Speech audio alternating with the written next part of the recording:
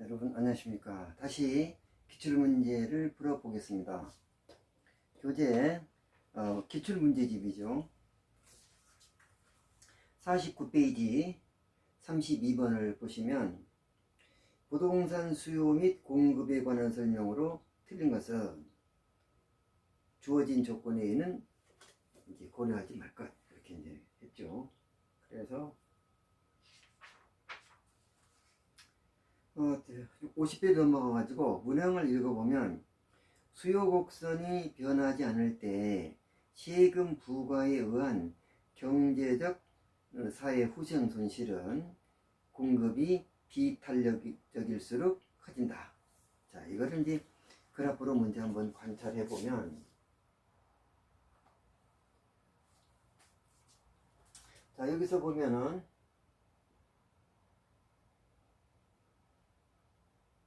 이렇게 해서 그것을 보면, 자, 여기서 이제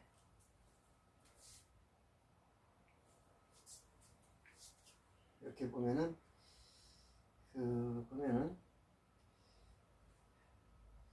수요 곡선이 변함이 없고 공급 곡선이 지금 탄력성만 바뀐다고 할 때 어떻게 사회적 후생 손실이 커지냐 작아지냐 이 문제잖아요. 그러면 수요 곡선이 이렇게 주어지고, 그러면 여기는 프라이스고 여기는 퀀티티 수량이고, 그 다음에 공급 곡선이 어떻게 가냐면 첫 번째 공급 곡선은 여기서 이렇게 상당히 탄력적이었다. 그래서 세금의 크기를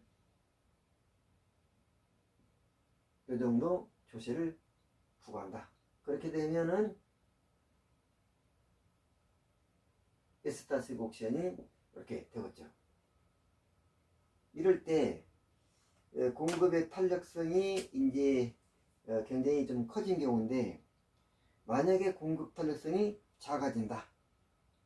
여기서 이제 비탄력적이라고 말했으니까, 그러면 그 경우를 빨간 선으로 한번 표현해 보면, 공급 곡선이 완만한 게 아니고 좀 이제 가파르게 그려야 되겠죠. 처음 출발은 여기였으니까 이제 공급 곡선의 기울기만 달라지는 거죠.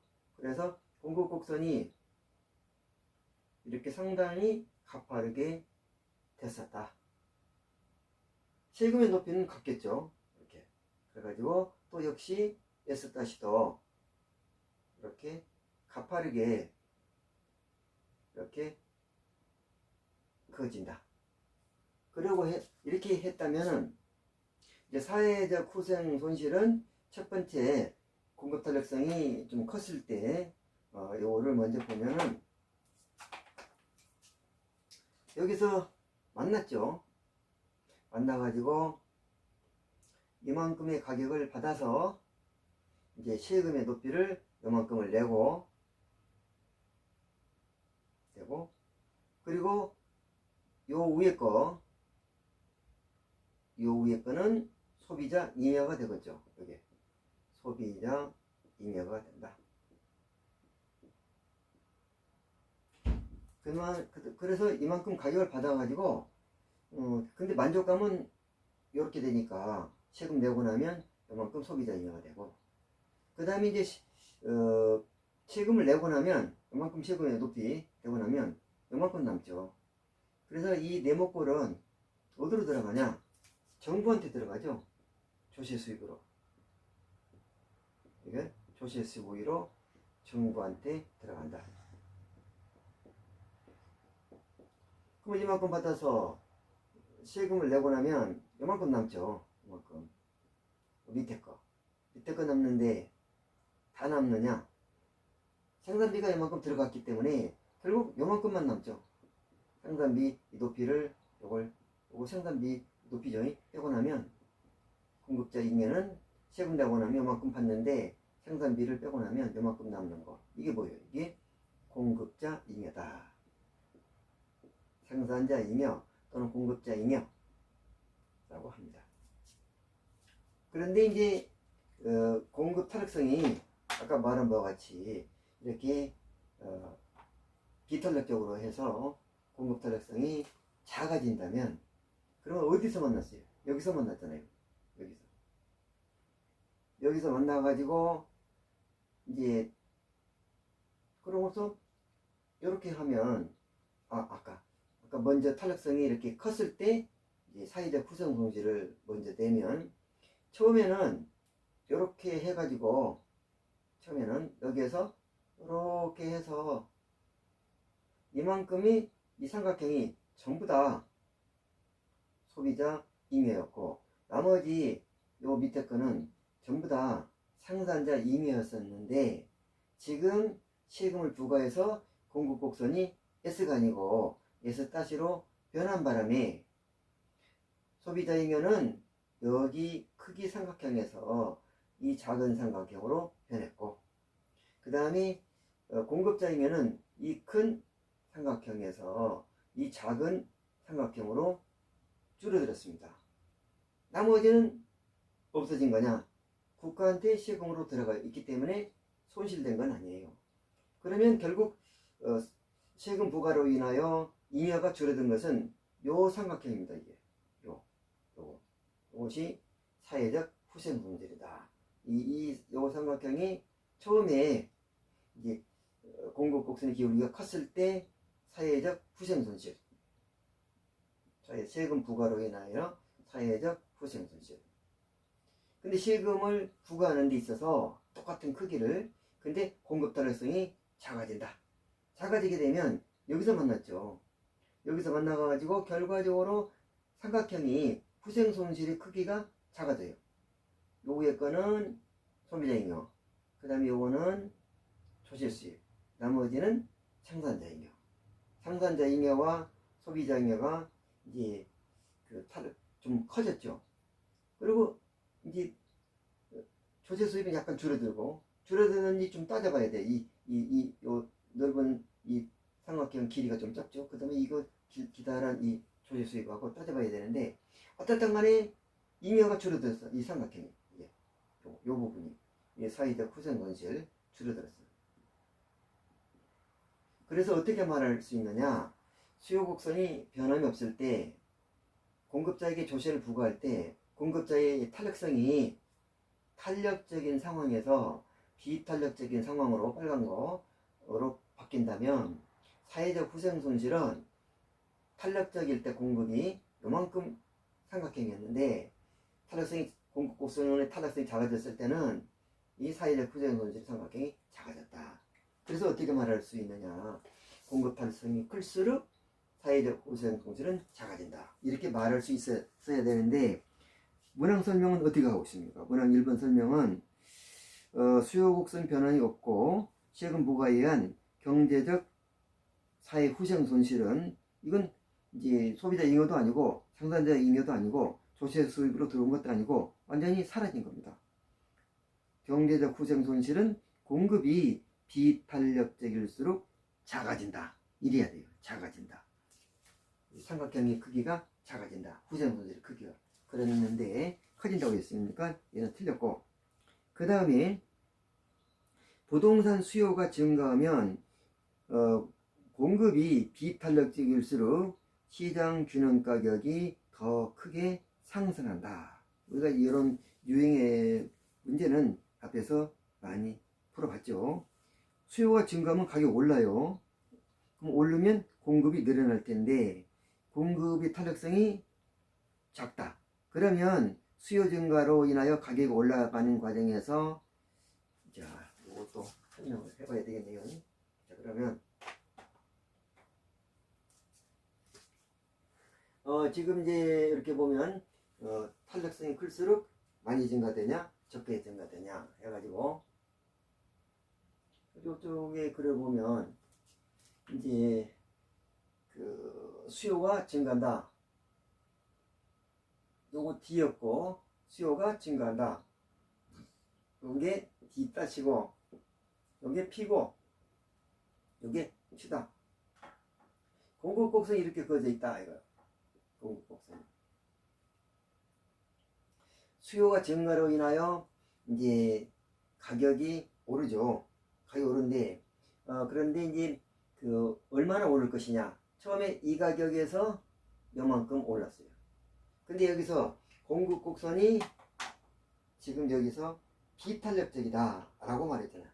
부동산 공급이 비탄력적이다. 그러면 이 공급 곡선의 기울기가 처음에 이 점이 이제 시작점이었는데 이걸 지키면서 움직여야 돼요. 그래서 공급 곡선이 기울기가 완만한 게 아니고 기울기가 가파라진다.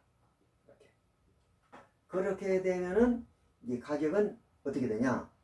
이만큼 오르는 것이 아니고 더 많이 올라.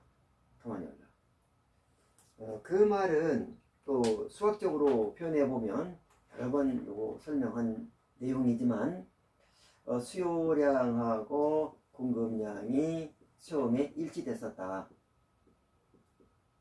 근데 얼마 300개씩 이렇게 일치됐었다. 수량이. 근데 수요가 증가했다는 거예요. 수요가 증가했다. 얼마로? 요게 500이 됐다. 그러면 이거 니꼬르 상태에 있는데 수요가 증가함으로 인하여 수요량이 많잖아요. 그러면 가격은 오르죠. 가격이 오르는데 이 가격이 오르니까 공급이 이제 반응하잖아요. 마진 남으니까. 그래서 이제 수요량이 500이고 공급량이 300으로 이렇게 수요량이 초과 수요가 있었을 때 공급은 이제 늘어날 텐데 가격이 올랐기 때문에 그 늘어나는 속도가 어떠냐 이게 크기가 탄력성의 크기가. 그래서 만약에 이게 10원 올라갔다. 수요가 많으니까. 그랬을 때 공급 탄력성이 굉장히 커서 쪽 10원만 올라가도 그냥 공급 탄력성이 굉장히 커서 이 가격에 대한 반응을 크게 해서 바로 공급이 500으로 늘어나 버렸다. 그렇게 된다면 10원 오르고 마릅니다. 그리고 수요와 공급이 일치돼서 더 이상 안 오릅니다. 근데 가격이 10원 오를 때 공급 탄력성이 작아서 300개에서 500개로 팍 늘어난 게 아니고 그냥 얼마는 그냥 320개로 늘어났다. 그럼 아직도 이게 공급이 막 수요가 크잖아요 이게. 그러면 또 올라 10원. 이런 식으로 계속 수요와 공급이 일치될 때까지 이제 가격이 올라가니 가격 탄력성이 공급 탄력성이 작으면 많이 올라간다는 얘기죠. 이런 내용은 우리가 여러 번 해봤죠. 같은 유형의 문제를 풀면서. 그래서 부동산 수요가 증가하면 공급이 비탄력적일수록 시장 가격은 더욱 상승한다. 얘는 맞네요. 그 다음에 3번 용도 변경을 제한하는 법규가 강화될수록 용도 변경이 어렵다는 거예요. 어려우면은 대체재가 그만큼 존재가 없어진다는 거죠. 용도 변경이 용이하면 용도만큼 대체재가 늘어난 건데, 그래서 용도 변경이 어렵다면 그만큼 대체재가 없어진 거나 똑같으니까 대체재가 있어야 해당자와 가격이 올라갔을 때 대체재로 수요를 옮겨간 바람에 그 수요를 크게 줄이게 되는데, 즉 탄력성이 커지게 되는데, 여기는 이제 대체재가 줄어드니까 탄력성이 작아진다. 그래서 많은 거죠. 대체재가 많을수록 탄력성은 커지는 거예요. 그러니까 선택폭이 넓어서 해당자와 가격이 올라갔을 때 확 줄어드니까. 왜? 수요가 대체재로 옮겨가 버렸기 때문에. 이렇게 되죠. 그 다음에 4번. 그래서 3번 맞고, 4번. 수요와 공급이 모두 증가하는 경우에 균형 가격이 상승 여부하는 균형 가격 상승 여부는 수요와 공급의 증가폭에 의해서 결정되고 균형량은 증가한다. 수요도 증가하고 공급도 양쪽 다 증가한다. 그러면 이제 가격이 올라갈 것이냐 내려갈 것이냐 문제는 수요 증가면 올라가고 공급 증가면 떨어지는데, 수요 증가폭이 공급 증가폭보다 크다면 오를 것이고 반대가 된다면 내릴 것입니다. 근데 이제 여기에서 이제 가격이 오른다 내린다는 그렇게 이제 결정이 되고, 거래량 어떠냐? 수요 증가, 가격 올라요. 가격 올랐기 때문에 공급 증가됩니다. 수요도 증가되고 거기에 대응하여 공급도 증가됐으니 거래량은 증가된다. 그래서 맞아요. 5번. 부동산 수요 곡선상 수요량은, 이제 수요량의 변화 이 얘기죠. 가격에 의한 수요량 움직임이니까 수요 곡선상의 수요량은 주어진 가격 수준에서 부동산 구매 의사와 구매 능력이 있는 수요자가 구매하고자 하는 그 기대되는 수량이다. 이게 우리는 의도된 수량이라고 하잖아요. 우리는 수요량을 어떻게 표현할 수 있느냐? 최대 구입할 수 있는 양이다. 그리고 의도된, 구입하고자 하는 의도된 수요량이다. 만약에 실제로 구입된 수량이다. 그러면 이게 경제학이라는 학문이 예측성을 가지고 예측 능력을 가지고 앞으로 경제 상황에 대해서 대비해야 학문의 가치가 있는 건데 지나간 일을 갖다가 이렇게 다루어진다면 꼭 역사나 똑같아가지고 지나간 일을 아니 다 지나가 버린 거는 이제 이미 지나가 버린 거 그 경제 회복을 할 수도 없고 대비가 안 되잖아요. 그래서 이게 구매하고자 하는 의도된 양이다 이렇게 표현해야 돼요. 그래서 맞아요. 그 다음에 이제 제가 이게 칠판에 여기 그려놨던 거는 무엇을 설명하기 위해서 그려놓은 것이냐면 교과서에 다 나와 있는 내용인데 우리가 이제 탄력성이 1이 됐을 때 수입을 극대화시킬 수 있잖아요. 그러고 나서 탄력성이 1보다 크다면 그러면 계속 가격을 올리게 되면 그 수입은 오히려 줄어든다. 그죠? 그래서 거꾸로 탄력성이 1보다 클 때 가격을 내려봐요. 가격을 내리면 그러면 되게 가격에 대해서 민감한 수요자이기 때문에 가격을 내려주면 그 가격을 내려준 이상으로 수요가 늘어나기 때문에 결국 여기서 내리면 수입은 오히려 증가한다. 내린다는 얘기는 이를 향하여 가는 쪽이잖아요. 내리면은 수입은 오히려 증가한다. 반대로 탄력성이 1보다 작다. 탄력성이 1보다 작은데 그런데 판매자 수입은 어떠냐? 탄력성이 1보다 작으니까 가격을 많이 올려도 수요자가 탄력성이 작아서 조금밖에 수요를 안 줄여. 그러니까 이제 올리면 이득이 돼요. 그래서 가격을 올려봐라. 올리면 이득이 되냐 손해가 되냐? A에서 B를 올려봐라. 올리면 이득이 돼요. 가격을 많이 올려도 가격을 30% 올렸어요. 그때 수요랑 줄어든 건 그냥 10%밖에 안 줄어들어. 그러니까 결국 전체 수입은 늘어나게 된다. 그 수입이 이렇게 늘어나게 된다. 그래서 탄력성이 이럴 때 수입이 가장 높고 그 다음에 탄력성이 1보다 클 때 인하 전략을 세워야 되고 그 다음에 탄력성이 이제 1보다 작을 때는 인상 전략을 여기서 요 범위 내에서 인상 전략을 세워야 된다. 그게 되고 그 다음에 아까 그 정부가 조세를 많이 부과하게 되면 그러면 어떻게 되는 거냐? 조세 수입은 여기 이제 조세 수입은 어떻게 되냐? 여기가 조세 부과인데 부과를 많이 하면 부과하면 조세 수입이 많아지냐? 조세를 많이 부과하면 공급 곡선이 위로 올라가겠죠. 위로 올라가니까 조세 수입의 넓이가 커지는데 근데 그 가격이 올라가면 수요자가 적게 사기 때문에 그래서 판매량이 적어지는 거예요. 조세를 많이 부과하면 정부가 세금을 많이 어느 정도는 벌어들일 텐데 조세수입이 늘어날 텐데 그런데 너무나 가격이 올라가니까 수요자 가격이 높다고 해서 안 사버리니까 거래량 자체가 적어지니까 그래서 거기 거래량에 의한 일정 부분을 세금으로 몇 프로 내야 될 텐데 그래서 이렇게 이 사각형의 조세 수입에서 가격이 너무 높으니까 사각형의 크기가 이제 작아져요. 이쪽으로. 그럼 요만큼 온다. 그럼 아주 이게 작아져. 그래갖고 네퍼라는 사람이 그 조세 수입을 증가시키면 어느 정도 조세 부과를 증가시키면 어느 정도 조세 수입은 커지다가 그리고 가격을 너무 높이게 되면 오히려 조세 수입은 수요가 적어져서 줄어든다. 어느 정도까지만 이렇게 조세 수입은 조세 부과로 인하여 증가된다. 이렇게 말했고 그 다음에 이제 사회적 후생 손실은 어떠냐? 세금을 이제 많이 부과할수록 이제 위로 올라가죠. 사회적 구성 성질은 어떠냐? 이 삼각형이 크잖아요. 세금을 요 정도만 부과하면 사회적 구성 성질은 적어. 삼각형. 요 정도 부과한다. 더 많이 부과하죠. 이게 세금을 요 정도 부과했는데 이렇게 많이 부과하면 그러면은 삼각형이 후생 손실이 커져. 세금을 이렇게 많이 또 높게 부과해서 세금을 높게 부과하니까 공급 곡선도 위로 많이 올라가야 되잖아요. 그렇게 되니까 이게 삼각형의 크기가 더욱 커진다. 그래서 조세 수입을 많이 부과할수록 잃어버린 사회적 구성 공실은 커진다. 이렇게 말하고 있습니다.